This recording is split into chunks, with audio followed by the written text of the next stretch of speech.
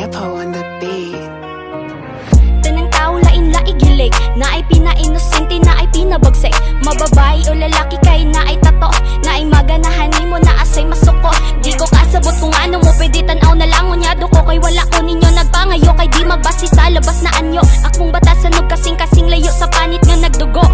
Akong mga tato sa likod na ay istorya, mga bate nga kaagi angay lamang ibasura. Nasay mga nindot na dili angay makalimtan, sama sa pagkukit sa ngalan sa akong ginikanan ng uban kay angalan sa ilahang hinigugma. Unya kung magbuwag ilisan radayon og tinta, kini nagpamatuod ng tato di basta-basta. Sa dagong kasakit o galibay sa panit ang gililuta. Daghang kog tato di sa ingon nga bugoy ko, bisag ingon ana inyong tanaw nang andoy ko. Daghang kog tato di sa ingon nga maldito, nakoy dignidad og kamao ko mo respeto. Daghang kog tato di sa ingon nga hambugiro, pormara na dili akong pagkatawo. Daghang kog tato di sa ingon nga nakoy bisyo, ops time sa wa pa kakailan ako. Anak kong tato ingon dayon ko og igat, labi nga ordinaryo ra taog dili ta sikat. Ang uban kay mo ingon gikan ka ba og prisuhan, grabe ka mga judgmental ambot lang pastilan.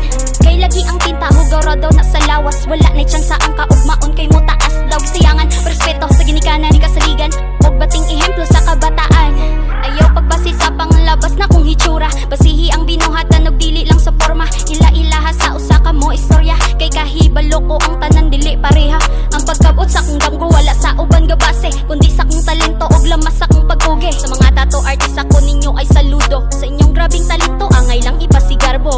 Daghang kog tato di sa ingon nga bugoy ko, bisag ingon ana inyong tanaw nang andoy ko. Daghang kog tato di sa ingon nga maldito, nakoy dignidad og kamao ko mo respeto. Daghang kog tato di sa ingon nga hambugiro, pormara na dili akong pagkatawo. Daghang kog tato di sa ingon nga nakoy bisyo, ops time sa wa pa kakailan ako. Sa realidad dawat na nako ang tanan, na bisan unsa ka kanindot ta sila'y bating makitan, bisan unsa kalimpyo ang imuhang kalawasan. Kung sa sulod na kay mga bahong tinaguan, di na ko mapugnan mga opinion sa uban, bisan mabate or manindot andam na kong barugan. Sa mga kabatan unan tanawa imong gisudlan, siguro alang di ka magmahay sa kinalasan kay di mabalik. So think before ink, kung dili pa ka sure just take a break. Pero ako kay maoni ang akong form, tato akong hilig para ka ma-inform. To the tattoo haters diha wala ninyo akong pake, kay nakoy ikabayad is my own money.